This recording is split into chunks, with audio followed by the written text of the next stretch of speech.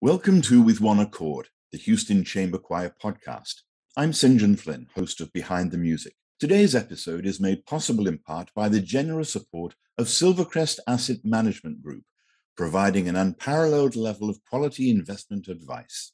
This time, my guest is Cunningham, longtime program annotator for the Houston Chamber Choir, and a lot more, a music critic and an academic as well. Carl, welcome. Thank you very much for joining me. Thank you. I'm delighted to be here. You have been associated with the Chamber Choir since its debut. Is that not true? That is absolutely correct. In 1995, Bob Simpson, the director of the choir, came to me. I had just completed my work as a music critic. The Houston Post had gone out of business, and I was looking for new adventures in music. And he came along. He was the first one. I had thought about being a program annotator in retirement, but the demise of the Houston Post occurred a year and a half before I was retirement age, and I had to continue working. And Bob came along. I will also say that shortly after he came along, I began writing for the Camera of Houston, Sarah Rothenberg's organization. And they are both organizations that I admire greatly because of the high quality of music they present. Houston is fortunate to have a choir, a choral group of the high quality that the chamber singers present. And along those lines, I think before Bob even started the choir, he used you as a sort of sounding board, so that because you had such a knowledge of the performing arts community in Houston, he sounded you out as to the need for a choir, the possibilities of success for a chamber choir. That I guess was true. I don't remember it myself. The formation of such a group, a small group in this large cultural landscape, is quite extraordinary. And the budget, I realized, was going to be small in terms of the choir's operation. And I admired Bob Simpson for performing his concerts in churches with free parking lots. That made it so much easier for the people. And those practical considerations are very important in the life of a choral group. And Bob chose his singers carefully. He has consistently gotten a wonderful blend of voices within a small ensemble, and he has provided challenging literature, musical literature, for them to sing. I have attended a couple of the rehearsals over the years, especially when there was a work that I was not familiar with and I could not find a musical score or a recording to. I had to ask Bob, can I come to the rehearsal and hear this music in order to write a program note? Well, I also heard the rehearsals, and Robert Simpson makes that choir stand up and sing right. Those are very businesslike rehearsals. And so I admire the result greatly.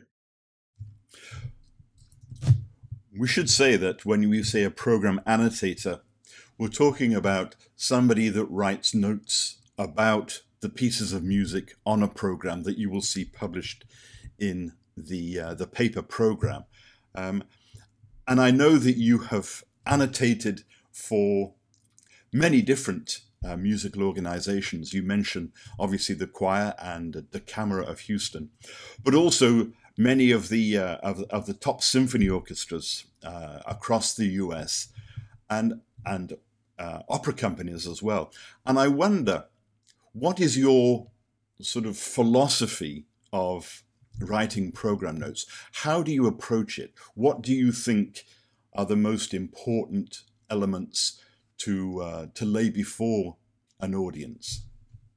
Shall I tell the truth? That's up to you. I don't.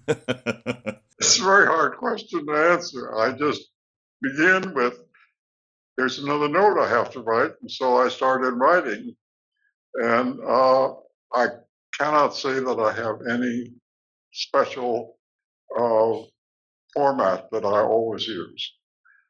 I study the music. I have a score. I have a recording to it. And I listen to it all. Somehow the words just come. And begin wherever I feel that particular work needs a beginning. So each program note is individual. Maybe you perceive a format, a standard format of it.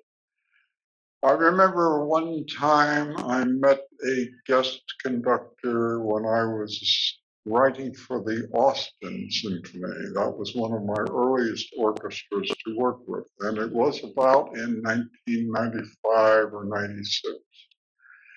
And I, was introduced to him backstage. I happened to be attending the concert when it happened.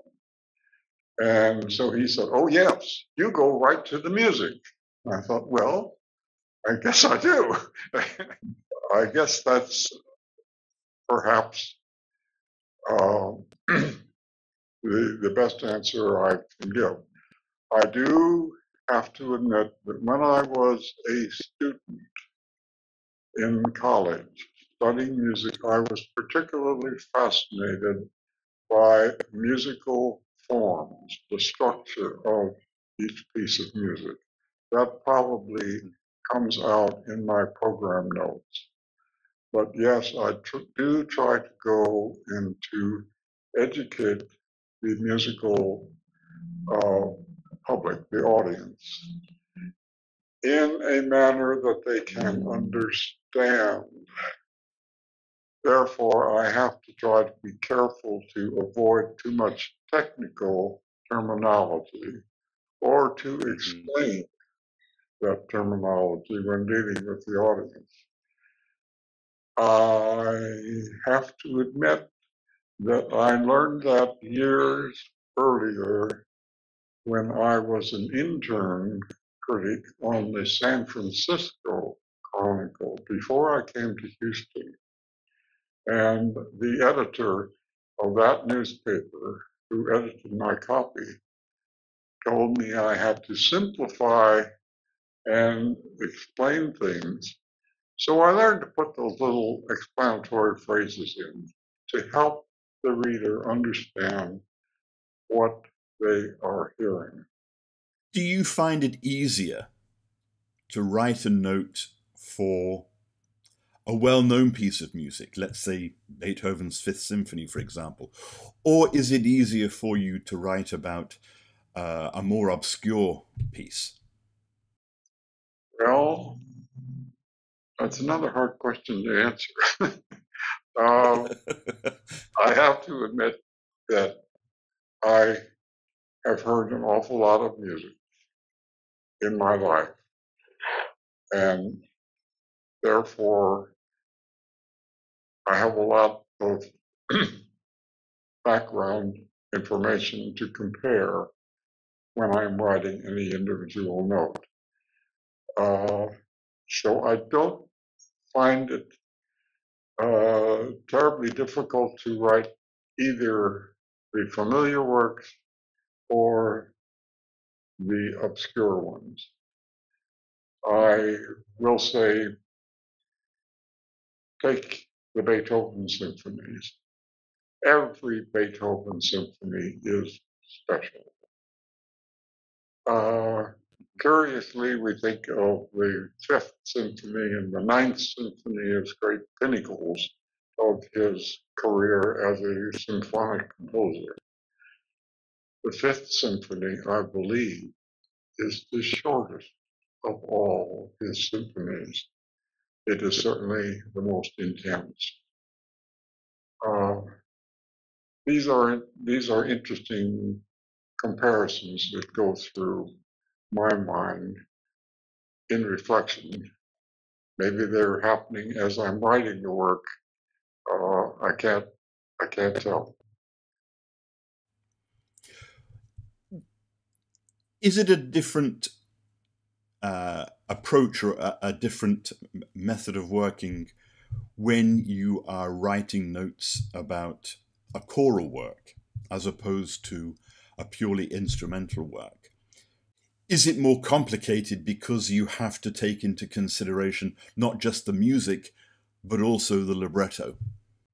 Text, indeed, is very important to the expression of the music, because those words that are there have to be emphasized in musical tone and in terms of rhythmic emphasis and accentuation. All of these things come into play.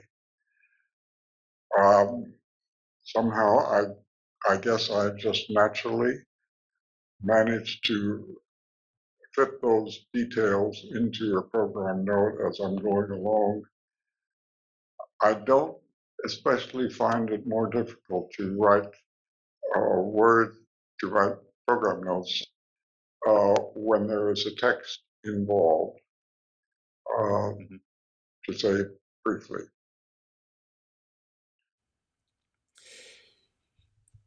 Let's talk about your musical background, your musical, the early years of Carl Cunningham, if you will. You did your bachelor's degree in music at Notre Dame, if I'm correct. That is correct. My earliest years, were begun when I was when I was living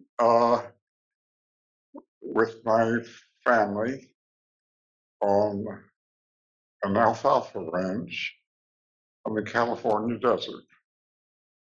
My mother was musical.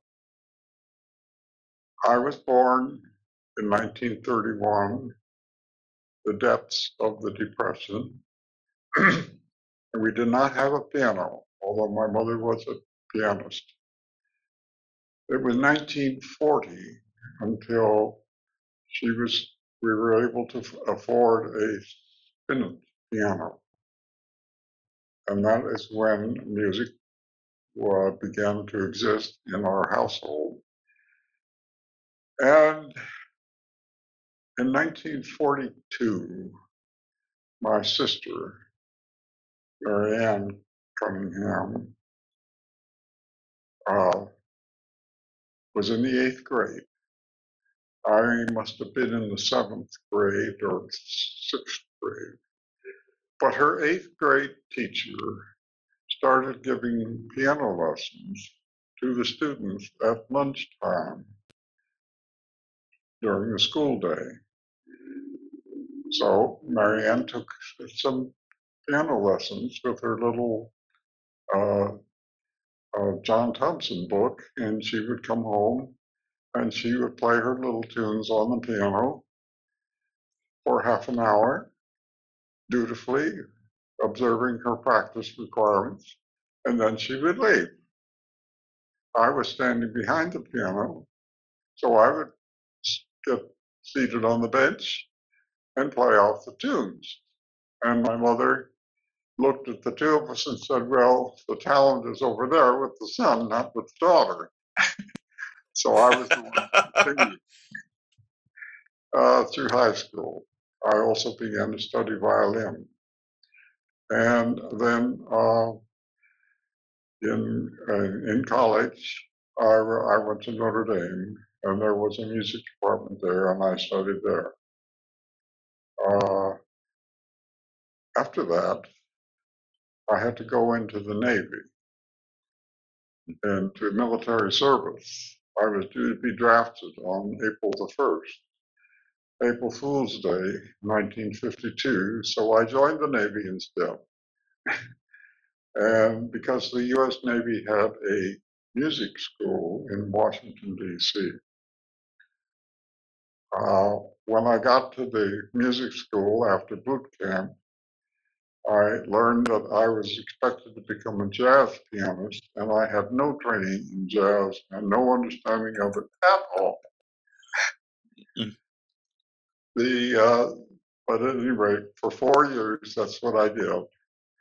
And we had a little studio upright, Yamaha pianos, on the ship that I was put on, the USS Naked, which was a heavy cruiser.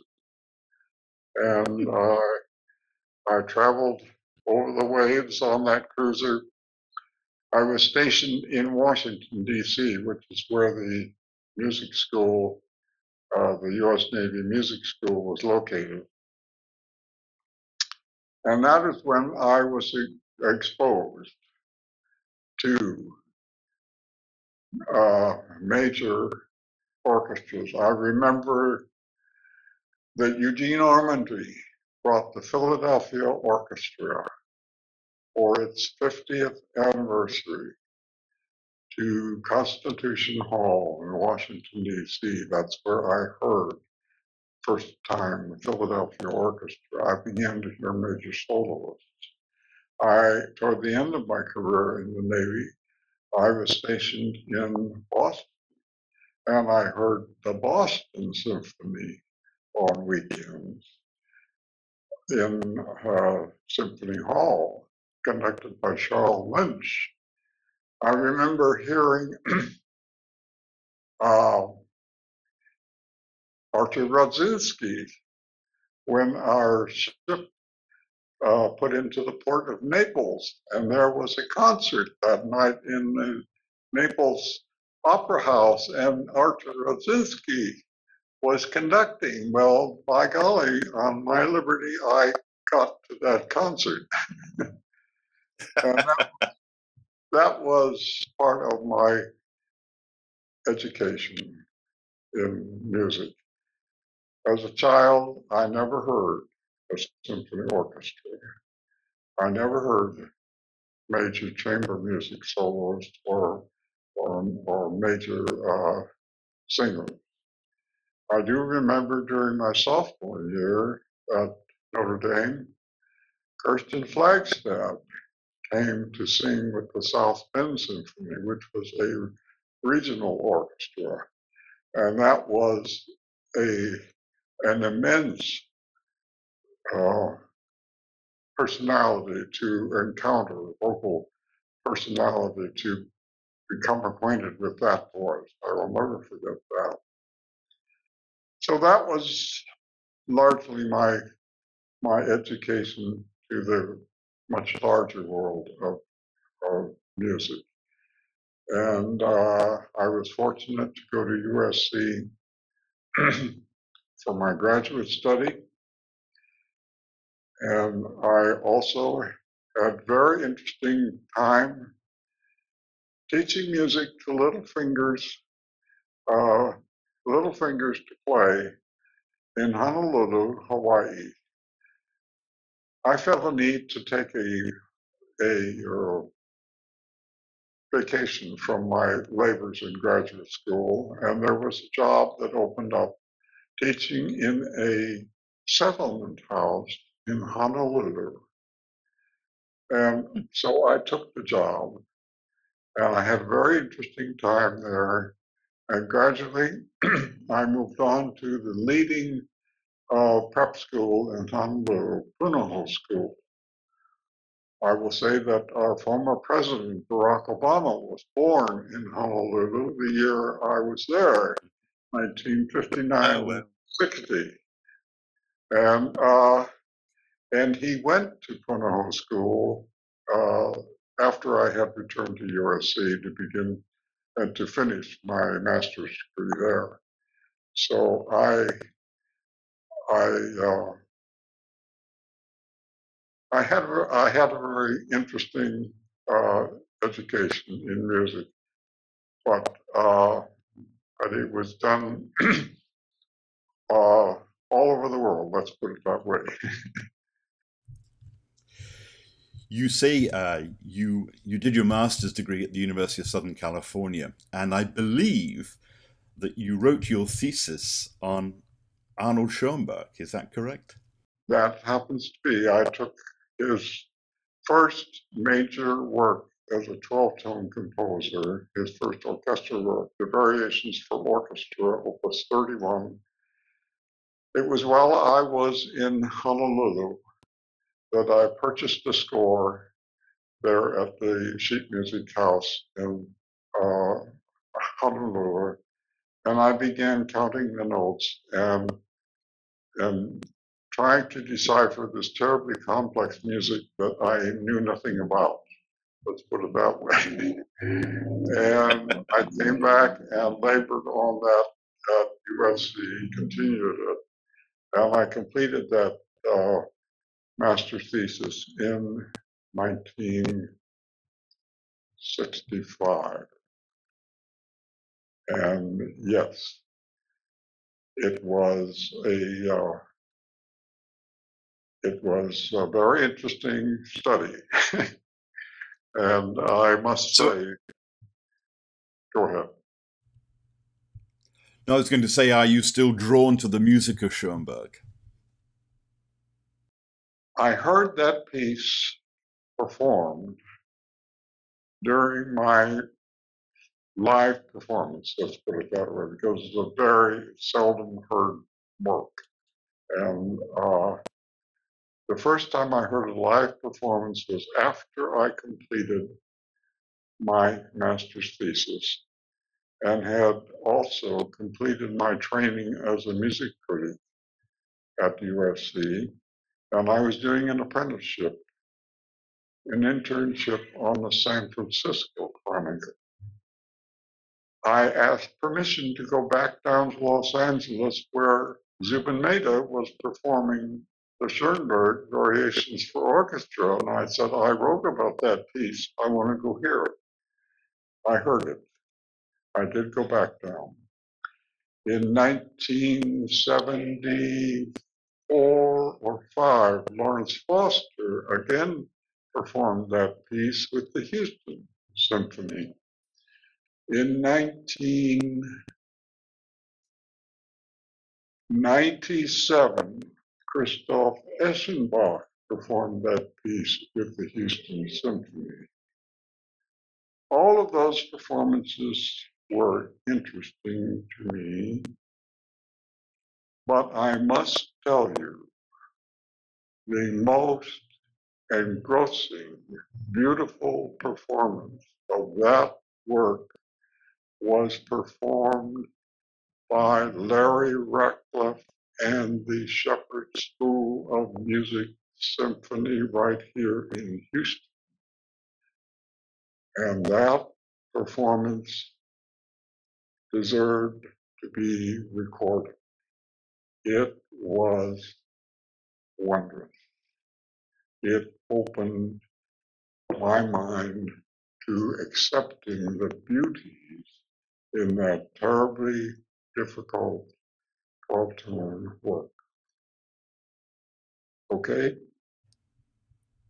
Absolutely, and I know just what you mean, because the Shepherd School Symphony Orchestra is certainly on a par with some of the professional orchestras in this country. At what point did you realize that what you wanted to do with your music education was to move into criticism rather than performing, for example? I had always wanted to be when I was in undergraduate school, as I mentioned, I became very interested in music theory. And at that point, I decided I wanted to be on a university faculty. And it happened briefly while I was in Hawaii.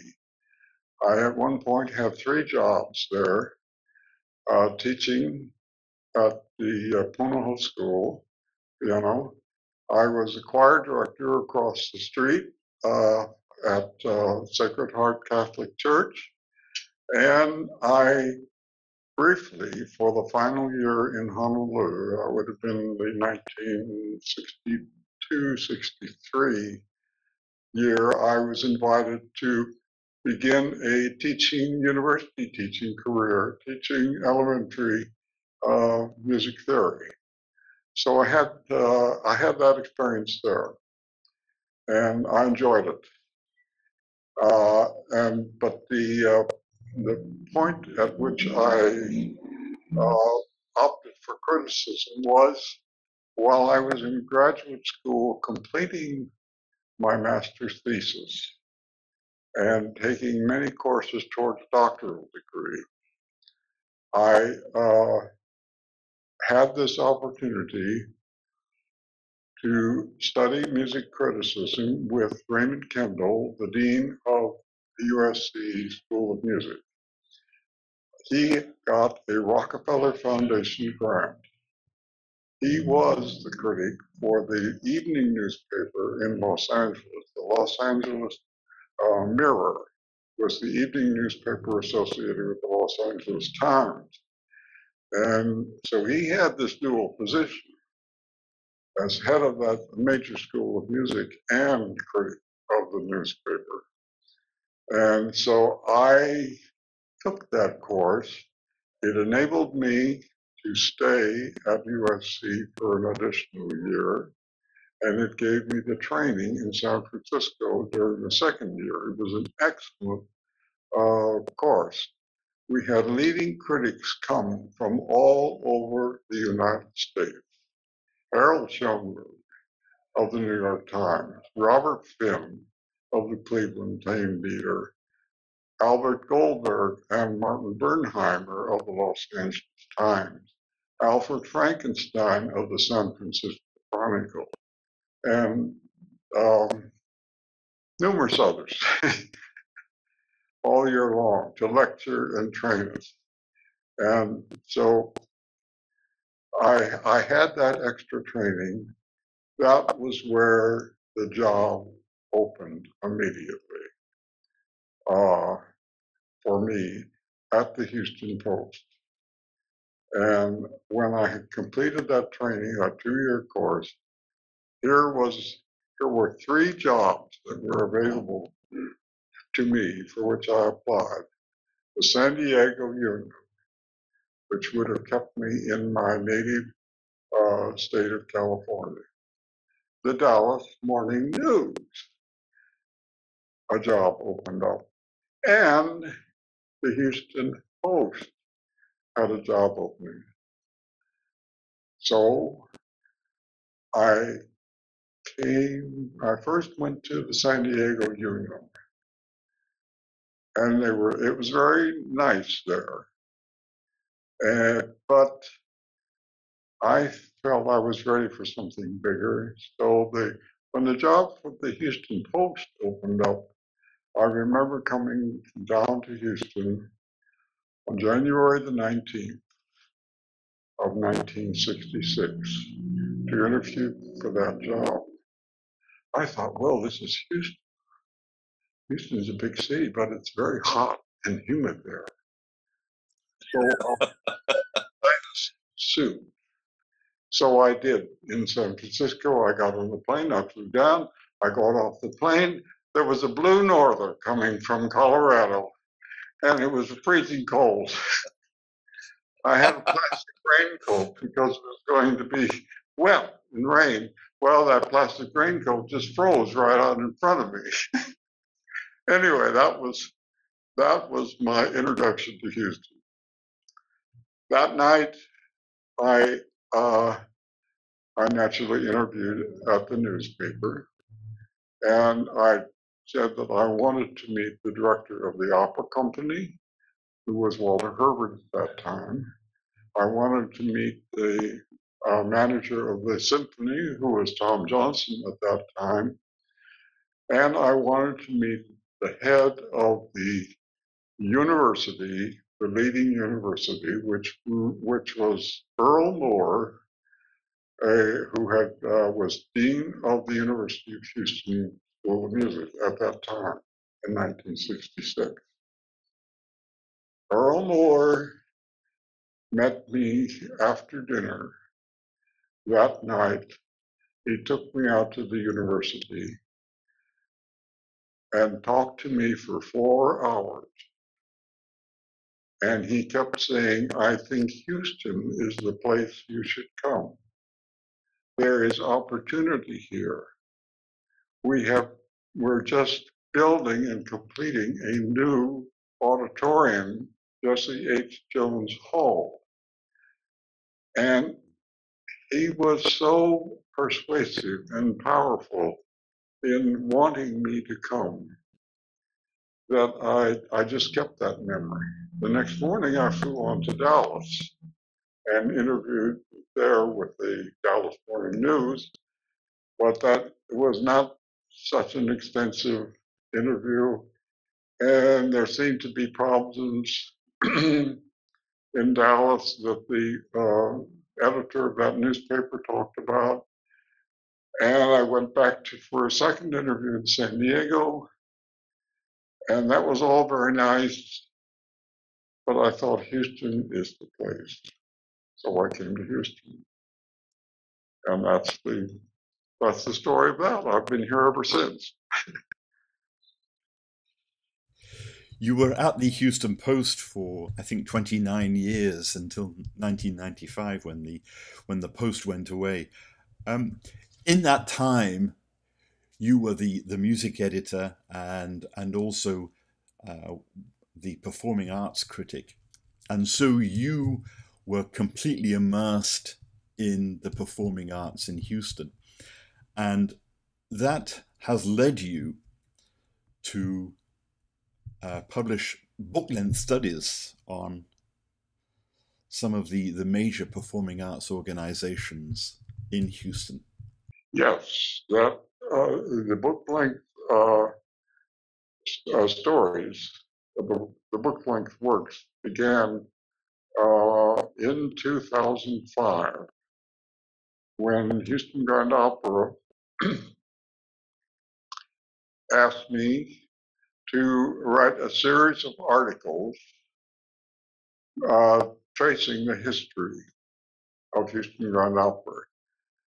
Laura Chandler, who was the publications editor at Houston Grand Opera, wanted a book for the 50th anniversary of Houston Grand Opera. David Gockley, who was the very careful and extraordinarily progressive leader of Houston Grand Opera, did not want a book. He felt the opera company could not afford it. Unknown to me, I was just turning in the third of these little articles on the history of Houston Grand Opera for Laura Chandler and the program book. They were printed during that 50th season when Jerry Herring of Herring Press came along and told David Gockley that he wanted to write a book,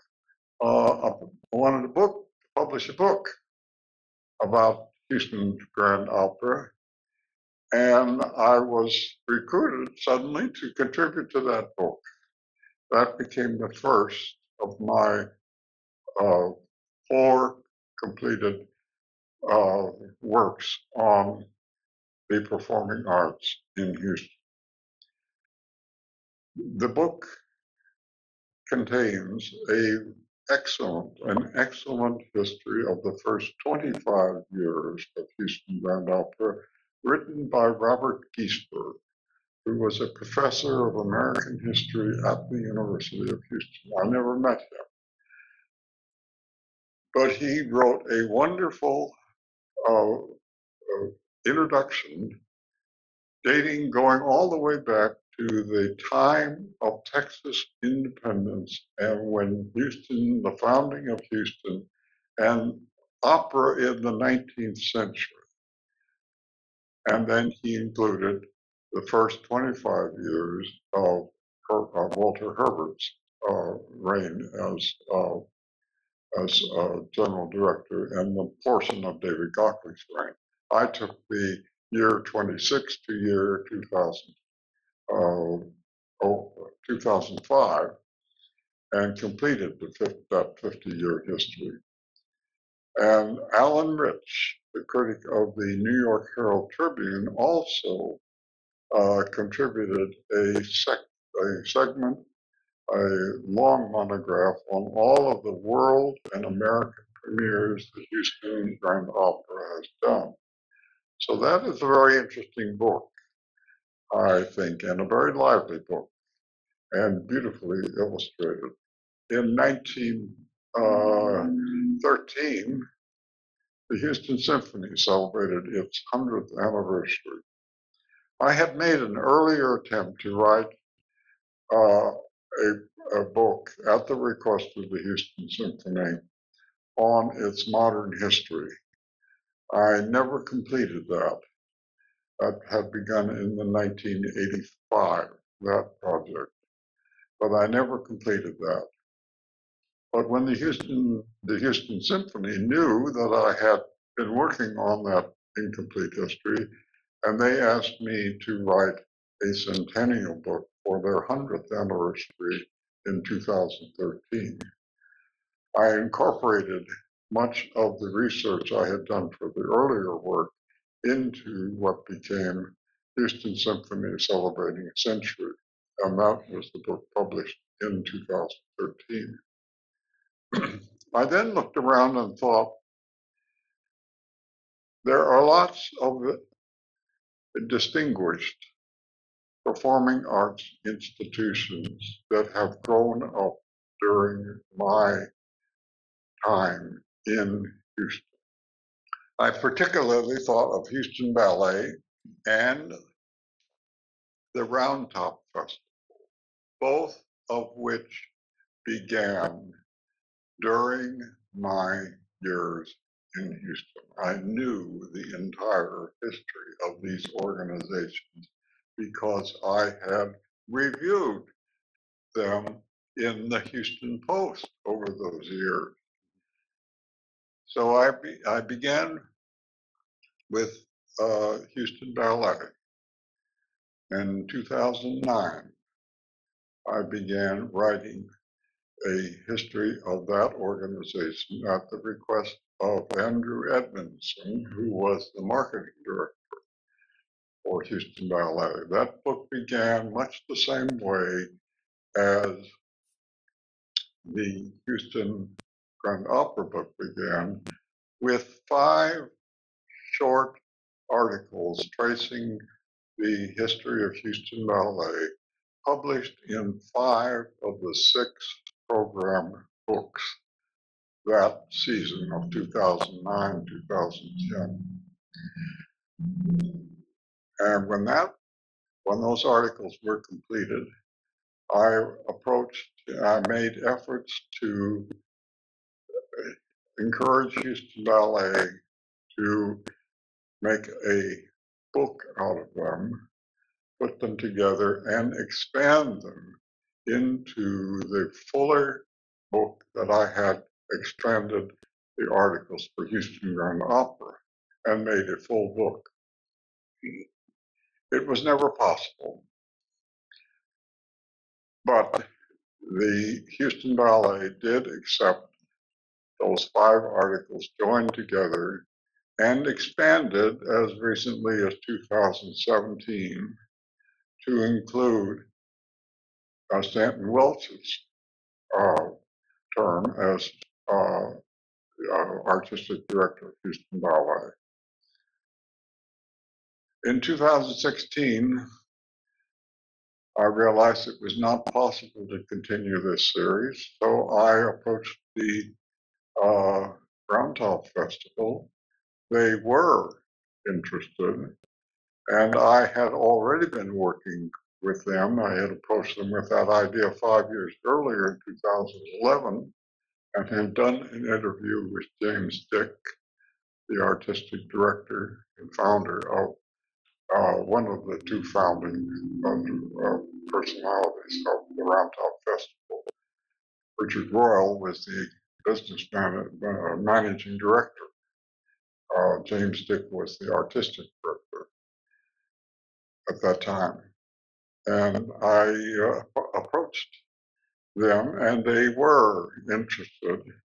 And the result is this year for Houston, for the Roundtop Festival's 50th anniversary, that book is published and is circulating, and it is the largest and most elaborate of my books on the performing arts.